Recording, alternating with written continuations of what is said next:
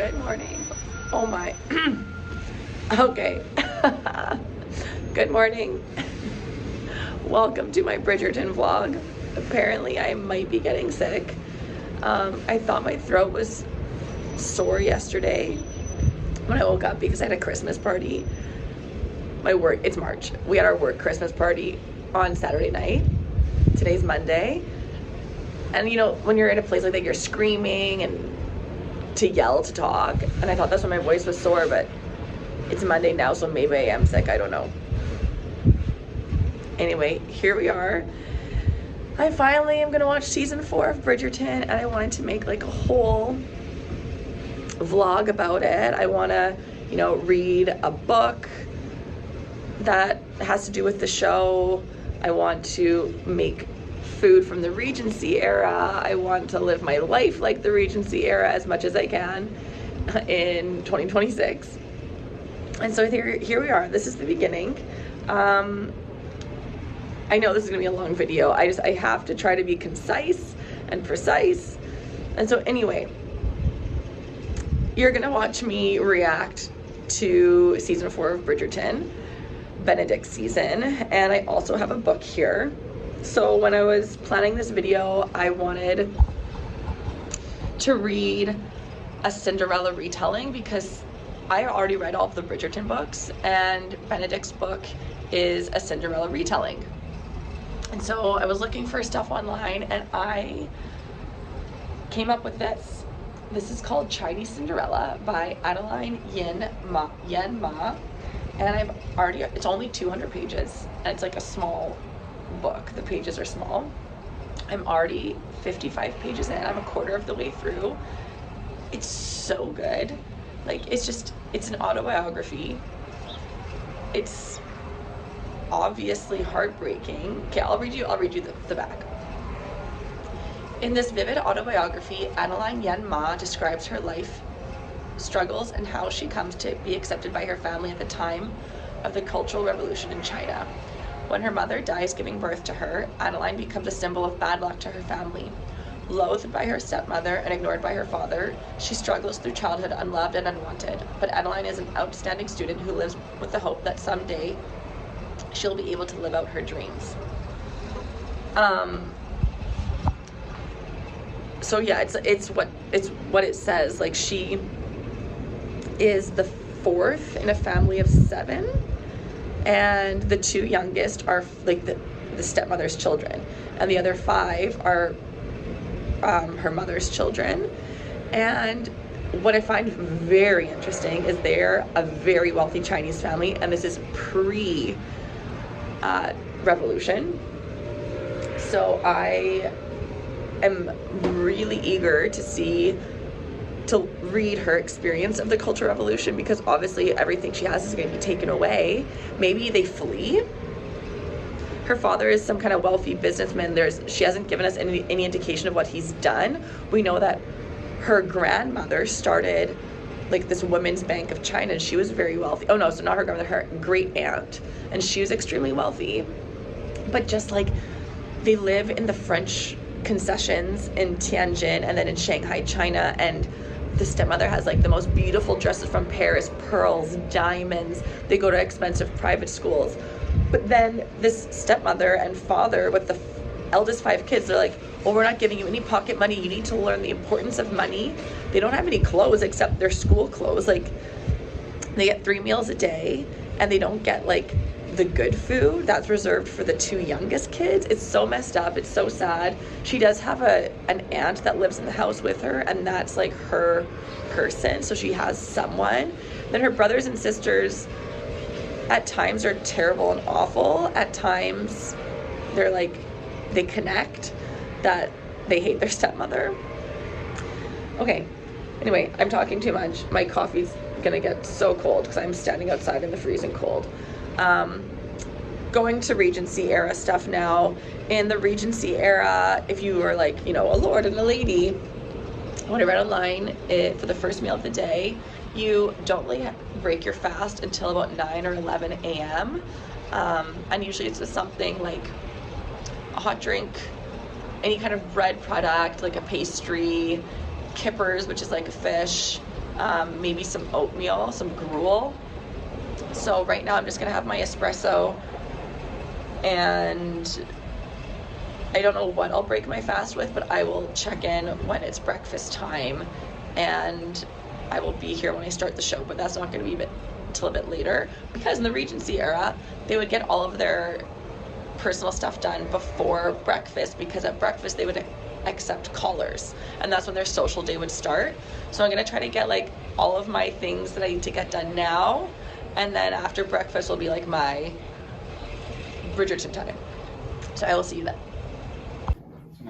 I'm gonna do this 20-minute yoga for full body detox to hopefully get anything that's in my system out. This is totally not Regency era appropriate, but I'm having ricotta cheese, my homemade ricotta cheese for breakfast, and a little bit more espresso, which, well, they may have had cheese for breakfast, but probably not ricotta. And they definitely weren't drinking espresso coffee, but that's okay. That's what I have. That's what I'm in the mood for. The yoga was fantastic, and I'm going to have a shower, get ready, take Charlie to my parents' place, and hopefully my books are at the library. I have some stuff at the library that I want to get on my way home. And then Bridgerton.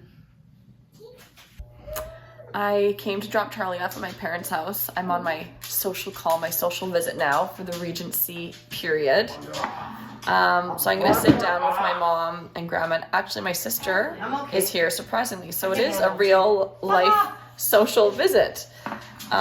She made cinnamon buns. I'm gonna try her cinnamon bun. I'm gonna have like half a cup of coffee.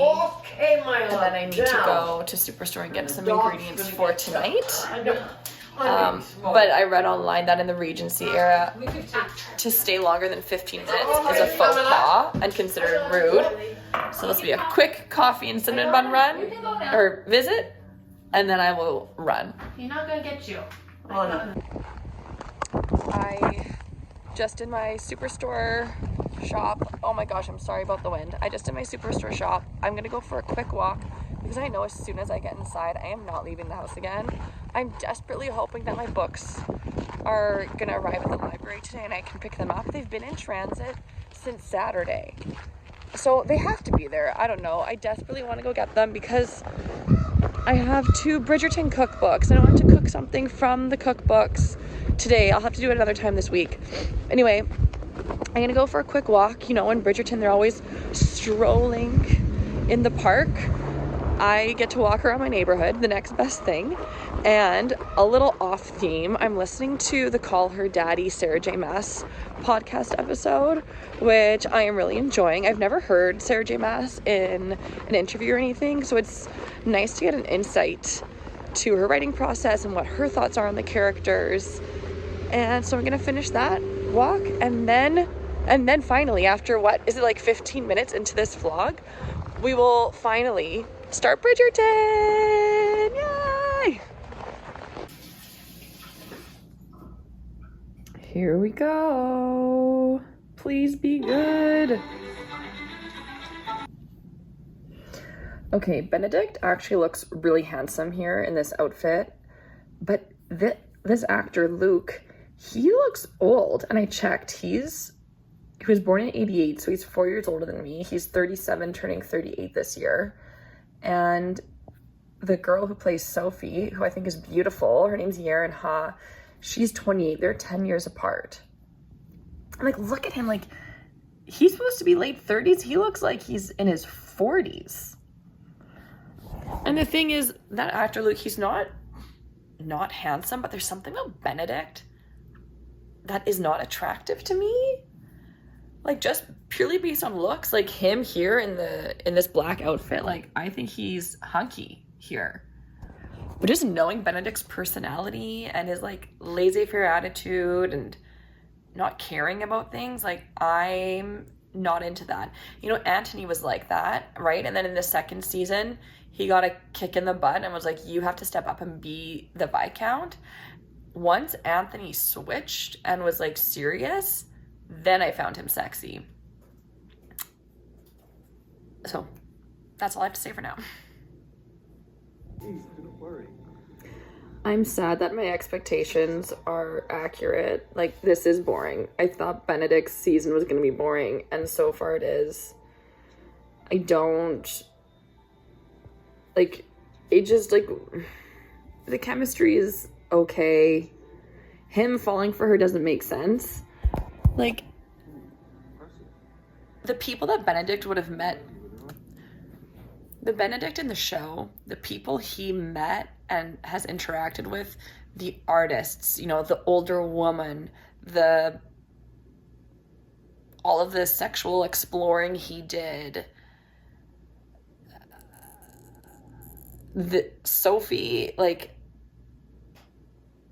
I don't understand how she intrigues him or what he finds fascinating about her. Like, her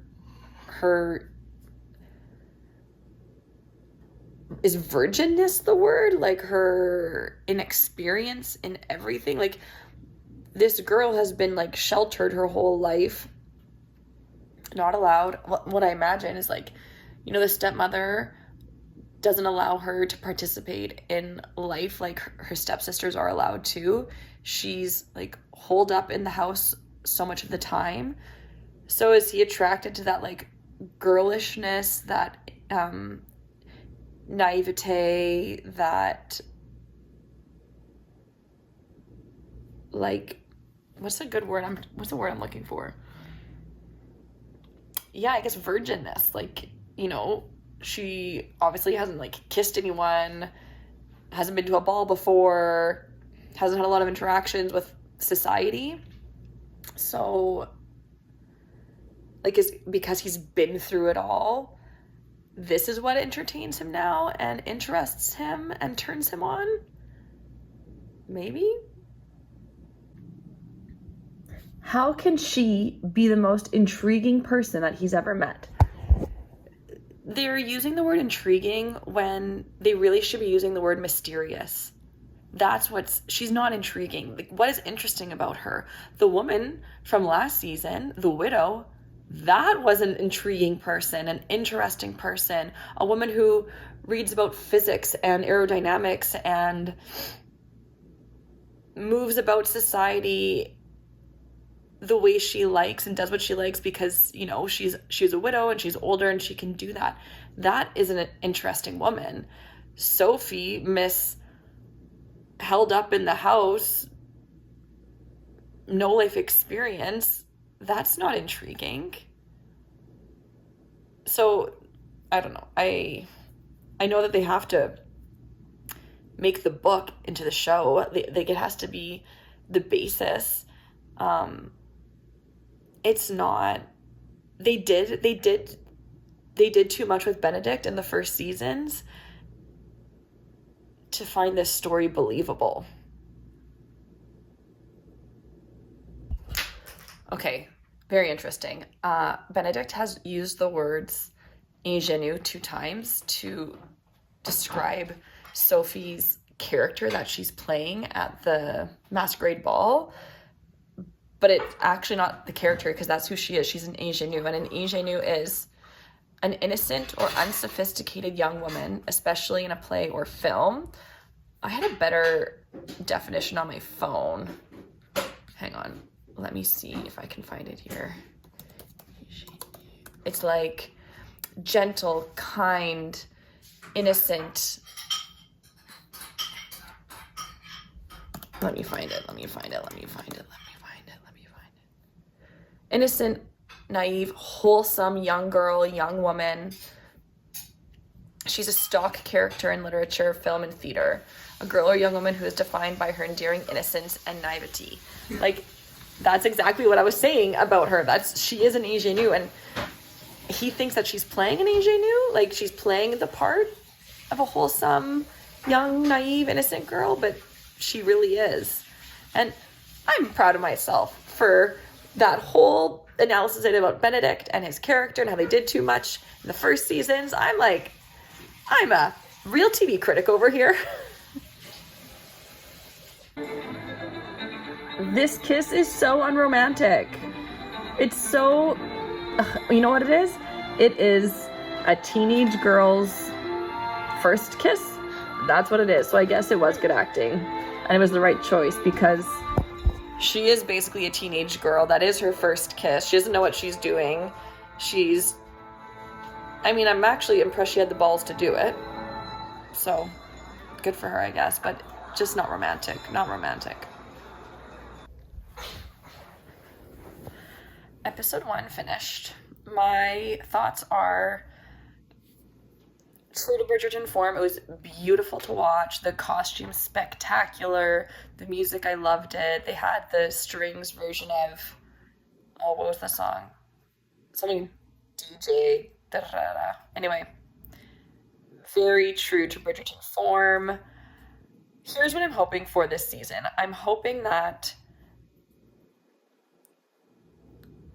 we see gradually as the episodes go on, Benedict become a man because he is a boy. And this has been true not only for the Bridgerton men, but the Bridgerton men and Eloise.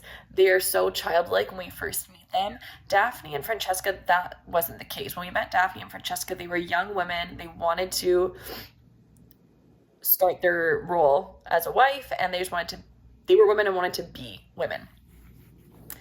Anthony, Colin, Benedict, all boys when we met them.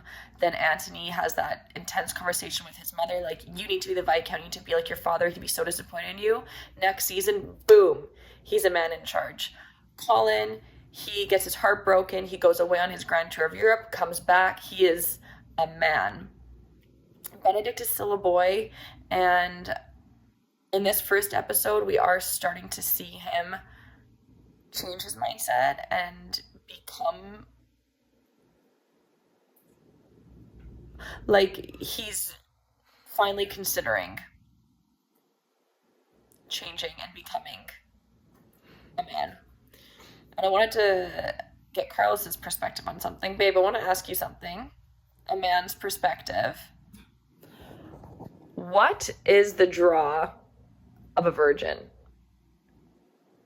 Why would he desire a virgin? Why is it seen as like this kind of spectacular good thing? I don't know. I want to say because it's someone who wouldn't go with someone else. It's like can be made a man's or it's not like someone's going, it's like gonna go with someone else. It's like What? I think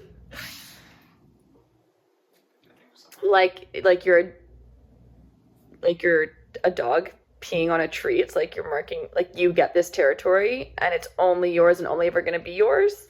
Something more like the future things. Like she is only yours. Right. She's never been anyone else's.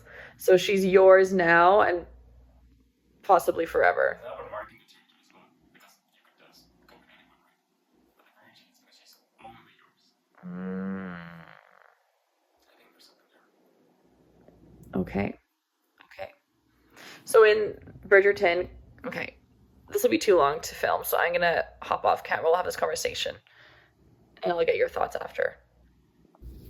I decided I'm going to film it. Why would I do all of that and not film the conversation we're having? If it's too long, I'll edit it out. Anyway, okay, so, baby. Bridgerton, Benedict, he is the second brother, so he's the spare. He's still a boy. He's lived his whole life up until now just doing whatever he wants, having fun, having a good time. What we've seen him in seasons 1, 2, and 3, he is an artist. He draws and paints, and he was exposed to this like bohemian world where there's a lot of drinking, there's a lot of like loose behavior. He's having threesomes, he's having sex with men and women and both at the same time, and like I think there may have been an episode with like voyeurism.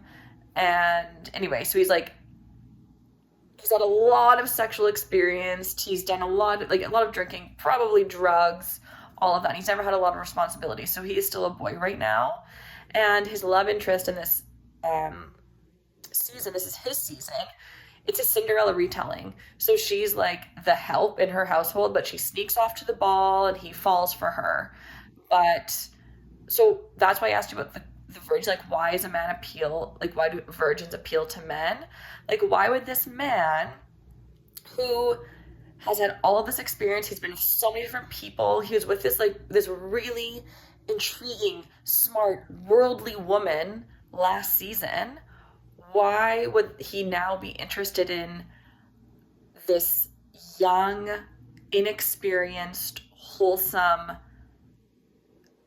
innocent girl? Yeah, I don't know if I would buy that story. Like, someone who goes into the world can get on it. I don't know. Like, why would he be interested in her? You have no thoughts on why this man would all of a sudden be like, oh no, this like young, innocent thing, this is what I'm interested in now. All he knows is debauchery, right? So now it goes to someone that's not that. The grass is greener, maybe. Something like that. Okay. I've been checking my app all day and my glove's in the way. One of the books made it to the library. So I get to go home and look through this and plan any of the recipes that I'm gonna make this week while I'm watching Bridgerton season 4.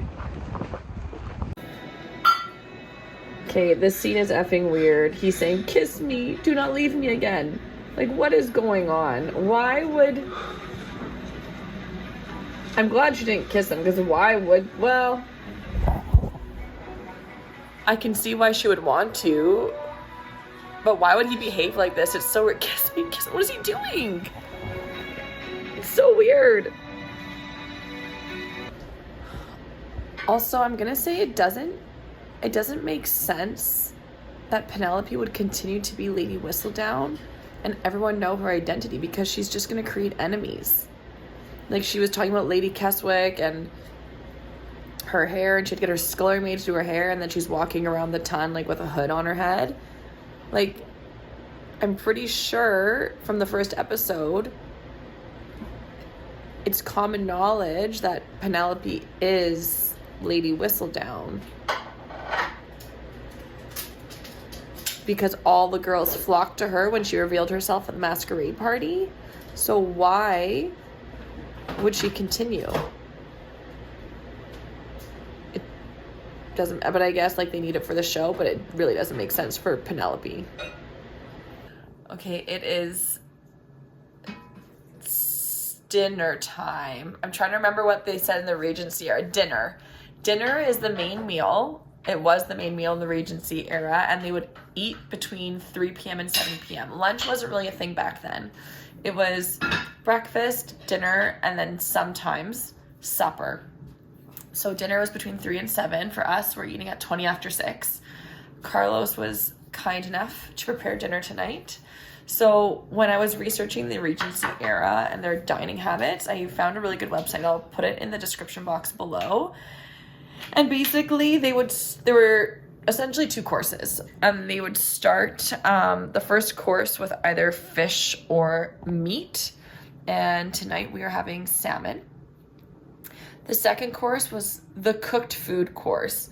So casseroles, other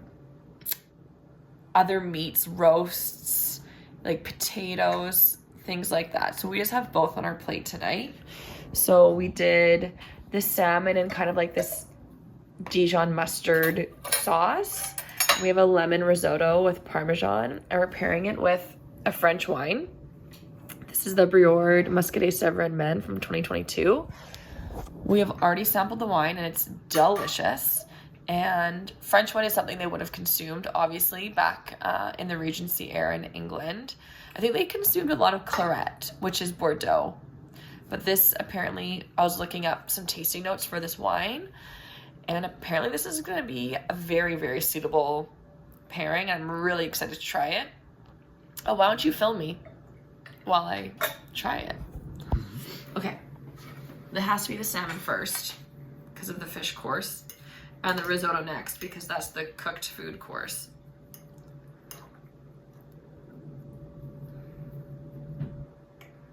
my.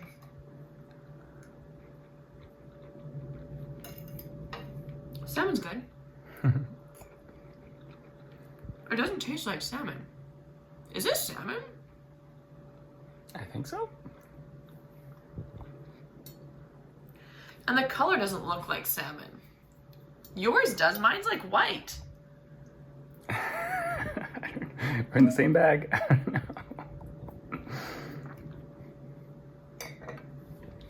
Okay, with the wine, it's whatever. Okay, I'm looking forward to your risotto. Was it easy? Yeah. Just lemon, broth, wine. Yeah, lemon, broth, wine, parmesan. Super lemony. I just tried it, yeah, I thought it was too lemony. Oh no, it's good. It's a good lemony. Didn't eat any salt? You Oh, haven't this added one has any salt. to yours. That has no salt. What you're having. It's really good with the wine. This is like a really good pairing. Awesome. Thank you. So far, no progress of Benedict turning into a man. I'm on episode 3. I am so glad they found a way to keep her around because she's one of my favorite characters. She is the comic relief of the show, and we need her. So thank you. Thank you, Bridgerton scriptwriters. Hello.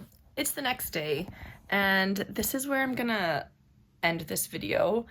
This is definitely gonna need to be 2 parts to avoid it being an hour-long vlog. So I will see you in the next one where I finish episode 4 and the rest of the season, 5, 6, 7, and 8. And thank you so much for watching, and see you next time.